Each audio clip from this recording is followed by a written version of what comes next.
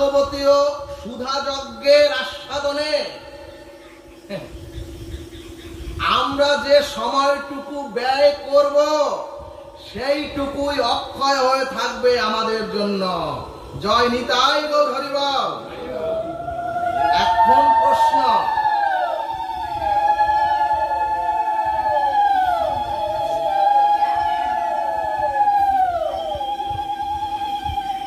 এখন প্রশ্ন, অক্ষয় কাকে বলে?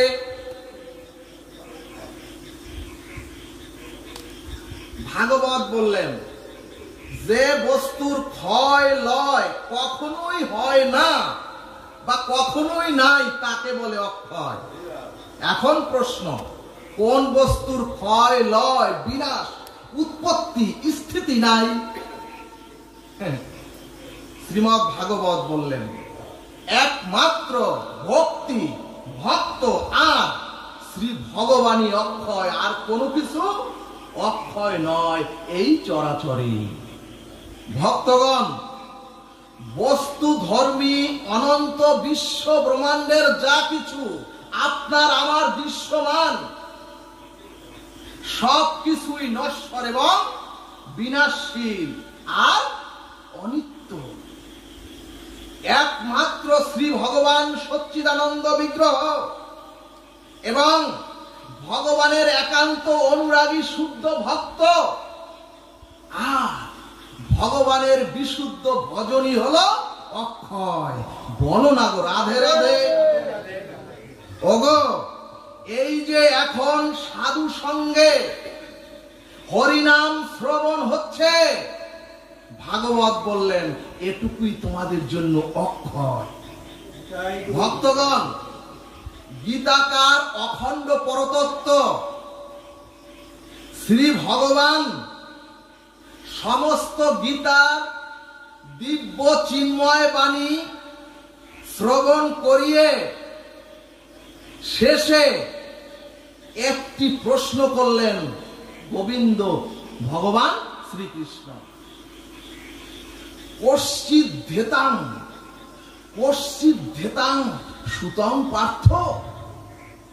অর্থাৎ পুরো গীতার বাণী অলৌকিক বাণী শ্রবণ করিয়ে ভগবান অর্জুনকে জিজ্ঞেস করলেন, অর্জুন, হে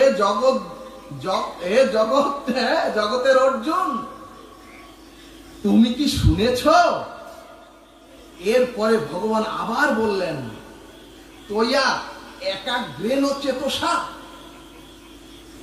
অর্থাৎ ও অর্জুন, যদি শুনিয়ে থাকো তাহলে কি একাগ্র চিত্তে মনোনিষ্ঠ হয়ে তোমরা শুনেছ? হরিবল হরিবল। এরপরে ভাগবত দৃষ্টান্তে বললেন, একজন ডাক্তার তার রোগীকে ঔষধ প্রয়োগের পর জিজ্ঞাসা করছেন, ঔষধটা সেবন করেছো তো? এরপরে ওই ডাক্তার আবার জিজ্ঞেস করছেন, ঔষধটা খেয়ে তোমার রোগ নিরাময় হয়েছে তো? সুধীজন, শ্রী ভগবান প্রশ্ন করলেন, শ্রবণ করেছো তো?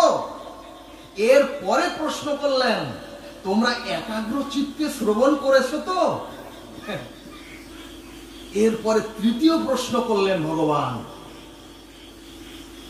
কশ্চিৎ জ্ঞান সম্মোহ প্রনষ্টতে ধনঞ্জয়। অর্থাৎ ওগো অর্জুন রূপী জগৎজী,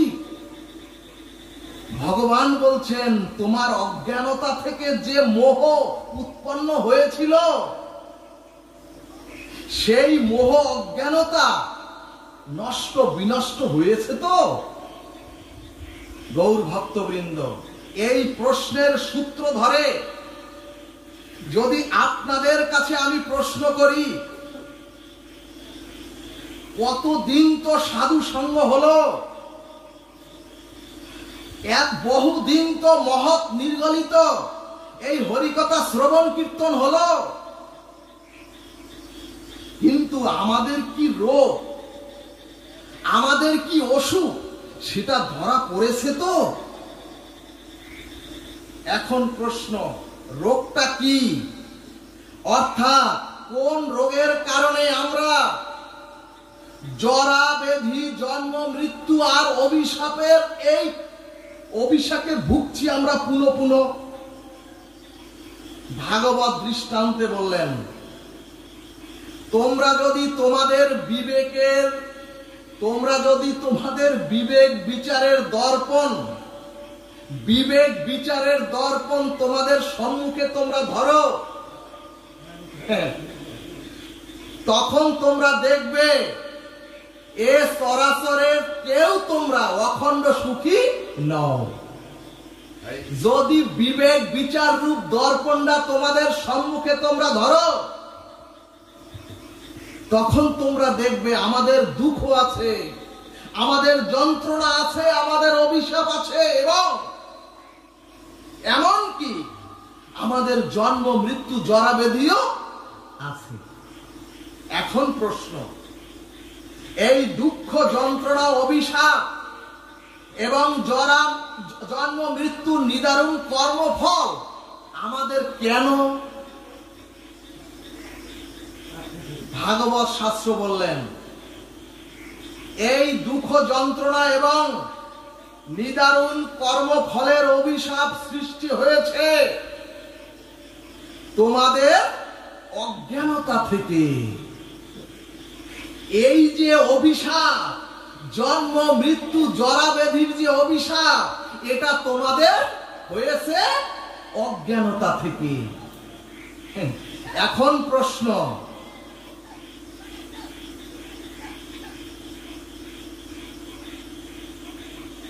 এবং তোমাদের জীবনে যে ত্রিতাপ দগ্ধিত ভব মহাদাবাগ্নি, যে একটা আগুন জ্বলছে তোমাদের সকলের মধ্যে, এর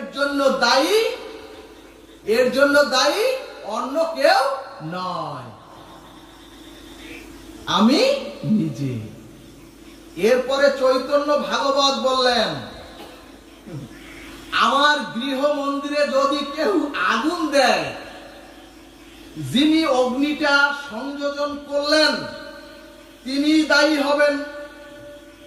কিন্তু শুধুজন, আমাদের দেহে, আমাদের জীবনে যে কর্মফলের, জন্ম মৃত্যুর, জরা ব্যাধির যে অভিশাপ, আর এই অভিশাপের যে ত্রিতাপ দগ্ধিত জ্বালায় আমরা যে জ্বলছি, এর জন্য দায়ী অন্য কেউ নয়, একমাত্র আমার অজ্ঞানতাই দায়ী। এখন প্রশ্ন, অজ্ঞানতাটা কি?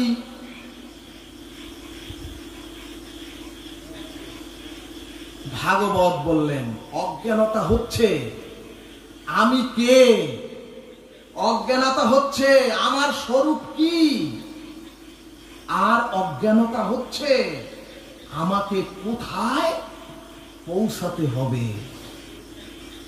সুধীজন, এই প্রশ্নের যথাযথ স্বরূপ তত্ত্বে, এই প্রশ্নের যথাযথ স্বরূপ তত্ত্ব জানার নাম হলো অজ্ঞানতা। এরপরে ভাগবত এই অজ্ঞানতাকে তিমির অন্ধকারের সাথে তুলনা করে বললেন, অমানিসার, ঘোর অমানিসার অন্ধকারের সাথে যদি ভারী অস্ত্র শস্ত্র নিয়ে যুদ্ধে আপনি লড়তে যান, অন্ধকার তো দূর হবে না। যদি তিমির অন্ধকারের সাথে আপনি পারমাণবিক বোমাও নিক্ষেপ করেন, ওই অন্ধকার তো দূরীভূত হয়ে আলো প্রজ্বলিত হবে না। আপনি যদি ওই অন্ধকারের সাথে বন্দুক, রিভলভারের গুলিও ছোড়েন, ওই অন্ধকার তো দূরীভূত হবে না। এমনকি যদি আপনার শক্তিমত্তা যে বল, এই বল প্রয়োগ করেও আপনি অন্ধকারকে দূর করতে পারবেন না। এজন্যই ভাগবত বললেন, অন্ধকার দূর করার জন্য এগুলো চেষ্টা করাটাই বৃথা মাত্র। অর্থাৎ আমরা যে দুঃখকে তাড়াতে চাচ্ছি, আমরা যে অজ্ঞানতার অন্ধকারকে দূর করতে চাচ্ছি, ভাগবত বললেন এটা তোমরা তোমাদের নিজ চেষ্টায় কখনোই পারবে না। ভগবান বললেন অন্ধকার দূর করার জন্য লড়াই করার দরকার নাই। ভগবান বললেন অন্ধকার দূর করার জন্য লড়াই করার দরকার নাই, তোমরা একটি মাত্র প্রদীপ জ্বালিয়ে দাও, অর্থাৎ তোমরা একটি আলোর প্রদীপ জ্বালিয়ে দাও। জয় নিতাই গৌর হরি বল। তাহলেই উজ্জ্বলিত প্রদীপ্ত শিখার আলোতেই অন্ধকার দূরীভূত হয়ে অন্ধকার ভস্মীভূত হয়ে যাবে। সুধীজন, আমাদের এই জ্ঞানাগ্নির আগুনটা জ্বালাবেন সাধুগুরু এই বৈষ্ণব। বলমন সাধুগুরু বৈষ্ণব প্রেমানন্দে হরি হরি বলমন।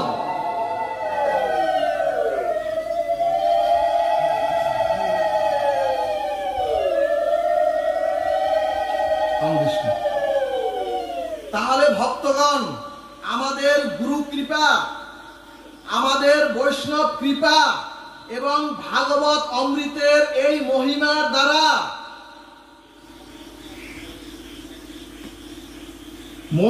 দ্বারা আমাদের বিবেক বিচার জাগৃত করে জ্ঞান অগ্নি প্রজ্বলিত করতে হবে। জ্ঞান অগ্নি প্রজ্বলিত করতে হবে বিচার আর বিবেকের দ্বারা। সুধীজন, আমরাও কিন্তু আমাদের পতন ঠেকানোর জন্য আমরাও কিন্তু নিরন্তর উদ্ধারের জন্য আমরা প্রত্যেকে দীক্ষা নিয়েছি। আমরাও দীক্ষা গ্রহণ করে মালা তিলক নিয়ে সাধু সঙ্গে হরি কথাও শুনছি। এমনকি একটু পূর্বে মাতাজি কত সুন্দর করে আমার বৃন্দাজির আরতি করলেন। এমনকি আমরা হরিনামও করছি। সুধীজন, এর অর্থ আমরাও ভগবানকে খুঁজছি এবং এই যে অনুসন্ধান, এই অনুসন্ধান বা খোঁজার নামই হচ্ছে ভজন। এই যে অনুসন্ধান, এই যে দূর দূরান্ত থেকে ছুটে এসেছেন, এটাই হলো ভজন। এখন প্রশ্ন, তাহলে এত অনুসন্ধান, এত ভজন, এত হরিনাম, এত হরি কথা, এত কিছুর পরেও, মানে এত খোঁজাখুঁজির পরেও কেন আমরা পাচ্ছি না? অর্থাৎ সুধীজন, এত খোঁজাখুঁজির পরেও কেন আমাদের চিত্ত শুদ্ধ হচ্ছে না? কেন এখনো আমরা প্রেম ভক্তি আমাদের হৃদয়ে এখনো আমরা গ্রহণ করতে পারছি না? এখানে ভাগবত বললেন এর কারণ হচ্ছে ভজন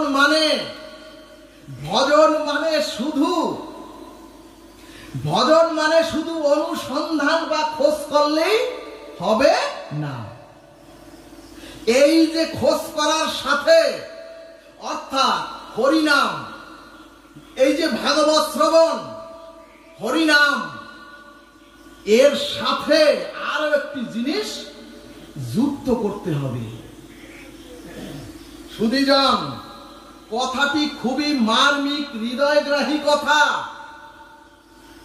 ভাগবত বলছে শুধু কীর্তন, শুধু নাম শ্রবণ, শুধু ভাগবত শ্রবণ এবং সাধু সঙ্গ করে শুধু খোঁজ করলেই হবে না। এই খোঁজার সাথে রুচি যোগ করতে হবে।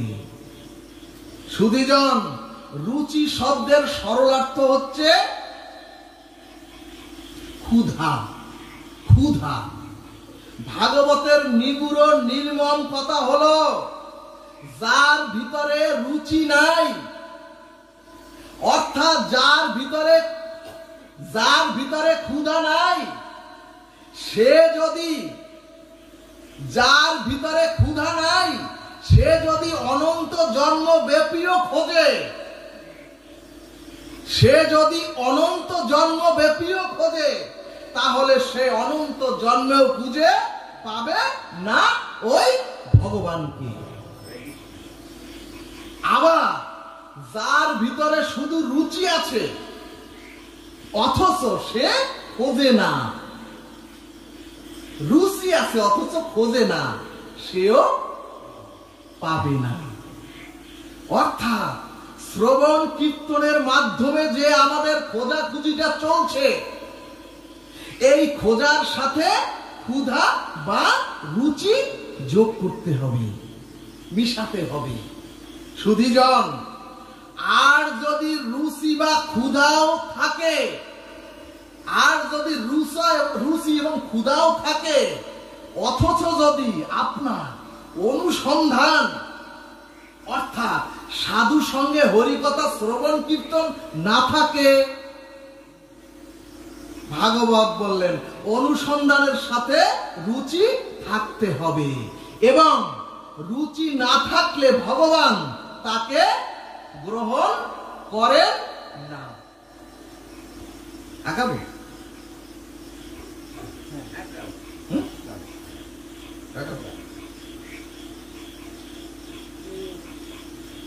সুধীজন, ভজনের দিকেই যাচ্ছি একটু। আমরা তো জানি সত্য, ত্রেতা, দাপর, কলি, এই চারটি যুগ। সারাটা জীবন শুনে এসেছি চারটি যুগ, কিন্তু ভাগবত বলছে মানুষের মধ্যেই সত্য, ত্রেতা, দাপর আর কলি মানুষের দেহের মধ্যে নিহিত আছে। অর্থাৎ কালচক্র যেভাবে ঋতুর পরিবর্তন ঘটিয়ে শীতের পরে বসন্ত, আজ গ্রীষ্মের পরে আসে বর্ষা ঋতু, ঠিক তেমনি যুগেরও কাল বিবর্তন হয়, যুগেরও কাল বিবর্তন হয়। অর্থাৎ কখনো সেটা সত্য, কখনো সেটা ত্রেতা, কখনো সেটা দাপর, আবার কখনো সেটা কলি। এখন প্রশ্ন, আমি সত্য যুগে কখন অবস্থান করি? ভক্তগণ, মানুষের মধ্যে সত্য, তম আর রজ তিনটি গুণ নিরন্তর বহমান। মানুষের দেহে সত, তম আর রজ এই তিনটি গুণ নিরন্তর বহমান।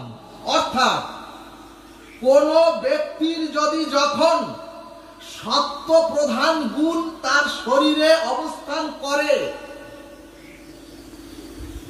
আর রজ এবং তম স্মৃত হয় অর্থাৎ দূরীভূত হয়, তখন সেই ব্যক্তি সত্য যুগে বাস করেন।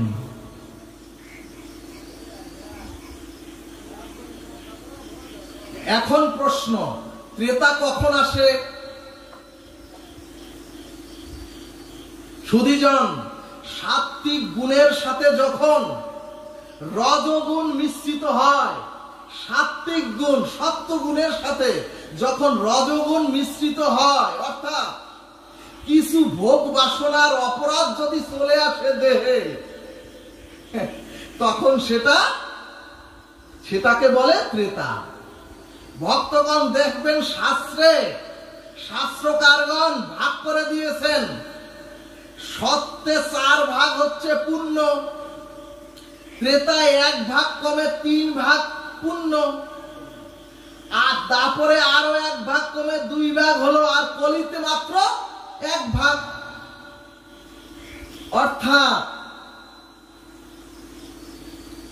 অর্থাৎ মানুষের মধ্যে, অর্থাৎ আপনার মধ্যেই সত্য, ত্রেতা, দাপর, কলি যুগ।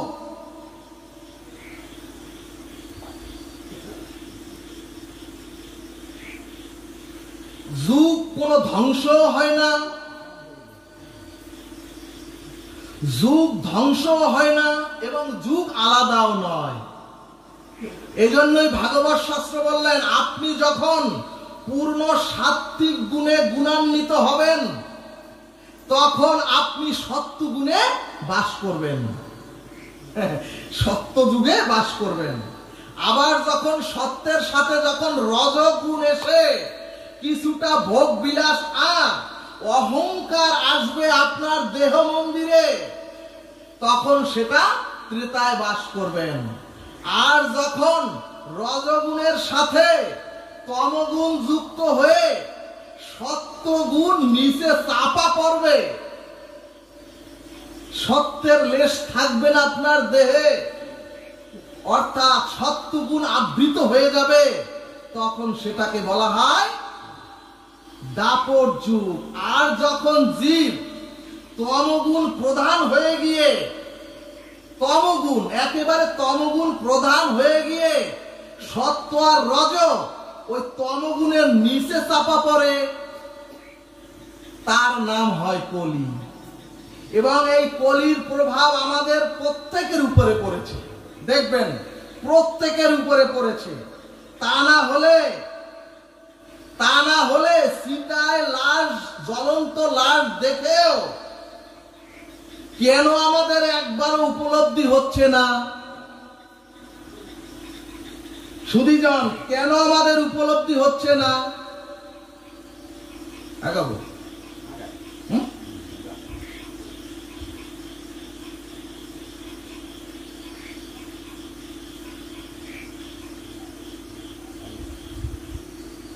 এজন্যই শ্রীমদ্ ভাগবত সহজে একটি সিদ্ধান্ত দিলেন, ওগো তোমরা যদি সংকেতে, ওগো তোমরা যদি পরিহাসে, ওগো তোমরা যদি আড্ডার ছলেও, ওগো তোমরা যদি সংকেতে পরিহাসে অথবা এই যে আড্ডার ছলেও যদি ভগবানের দিব্য নাম তোমার বদনে একবার শ্রদ্ধা ভরে উচ্চারণ করতে পারো, ভগবান বললেন আমি তার পাপ মুক্তি করে দেই। জয় নিতাই গৌর হরিবল। এরপরে ভাগবত বললেন, ওগো কামের দ্বারা, ওগো ক্রোধের দ্বারা, এমনকি ভয়ের দ্বারাও যদি, এরপরে ভগবান বললেন, ওগো যদি একটু স্নেহের দ্বারাও যদি কেউ ভগবান শ্রীকৃষ্ণের ভাবনাও যদি কেউ করে, তাহলে সেই ভাবের তন্ময়তায় অনন্ত বিভু অনাদির আদি ভগবানের প্রতি জীবের প্রেম ভক্তি লাভ হয়ে যায়। জয় নিতাই গৌর সীতানাথ প্রেমানন্দে হরি হরি বলবান।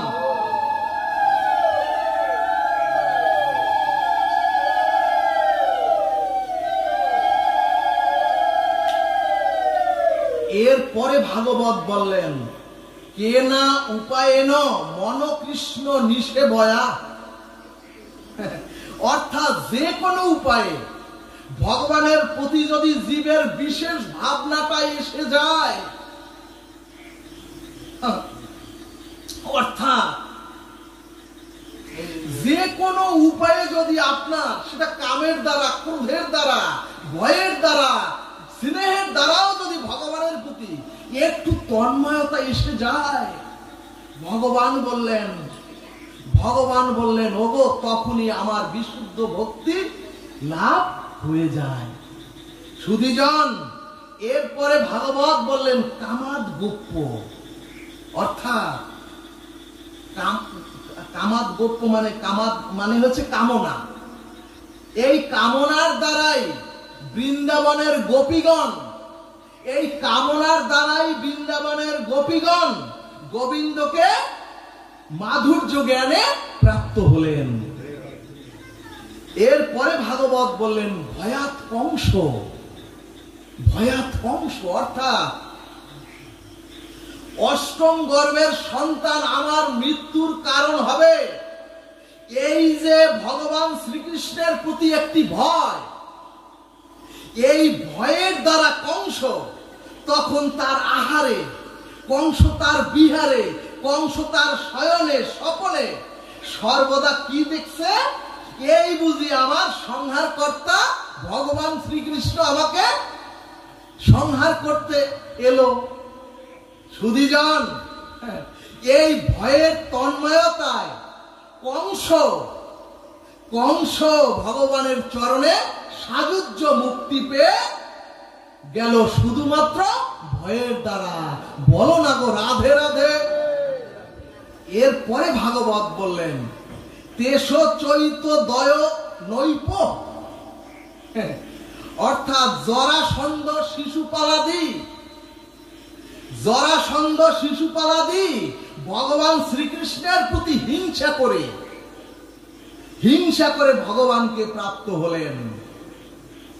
এরপরে চৈতন্য ভাগবত বললেন, ওগো এর কারণ কারো প্রতি যদি শত্রুতা বা হিংসাও তোমাদের থাকে, তখন তার কথা কিন্তু তোমাদের সর্বদা মনে আসবে। এই বুঝি আমার ও ক্ষতির কারণ হলো, এই বুঝি আমার পিছনেও কোনো ধ্বংসের লীলা আছে, কোন সর্বনাশের পরিকল্পনা করছে। ভাগবত বললেন, গোবিন্দের প্রতি শত্রুতা বা হিংসার তন্ময়তা যদি জগৎ জীবের একবার ভাবনাও আসে, তাহলে ওই তন্ময়তার ভাবনার দ্বারাও জগৎ জীব ভগবানকে প্রাপ্ত হয়ে যাবেন। এজন্যই সর্ববেদান্ত সার অমল পুরাণ ভাগবত তার দিব্য বাণীতে বললেন, কামং ক্রোধং ভয়ং স্নেহ নৈপং, অর্থাৎ যদি কেউ একটু সামান্য স্নেহ ভগবানকে দান করে, যদি কেউ একবার ভগবানকে সখা ভাবতে পারেন, এক কথায় ভয়ের দ্বারা, ক্রোধের দ্বারা, কামের দ্বারা এবং যে কোনো উপায়ে যদি ভগবানের প্রতি আপনাদের ভাবনাটা স্থায়ী হয়, এরপরে ভাগবত বললেন ওই ভাবনাটা অনন্য চিন্তান্তমান যে জনা পর্যুপাস হতে তেষাং যুক্তা ভিত্তানাং যোগক্ষেমম বহম্মম, অর্থাৎ ওই ভাবনাটা সর্বেষু কালেষু মামনুষ্যর যুদ্ধচ। যখন ওই ভাবনাটা আপনার স্থায়ী হয়ে যাবে, যদি দৈন্যের সহিত সরল হয়ে ভগবানের চরণে আশ্রয় করতে একবার পারেন ভাবনার দ্বারা, তাহলে গোবিন্দ শত্রু মিত্র পাত্র অপাত্র বিবেচনা না করে জীবের মোহ দূর করে ভগবান তাকে তার নিজের করে নেয়।